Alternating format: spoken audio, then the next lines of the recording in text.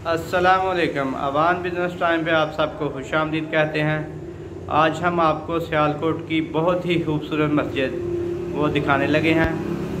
जामिया मस्जिद अबू हनीफ़ा जो मरे कालाई रोड के ऊपर है। माशाल्लाह बहुत ही खूबसूरत मस्जिद है।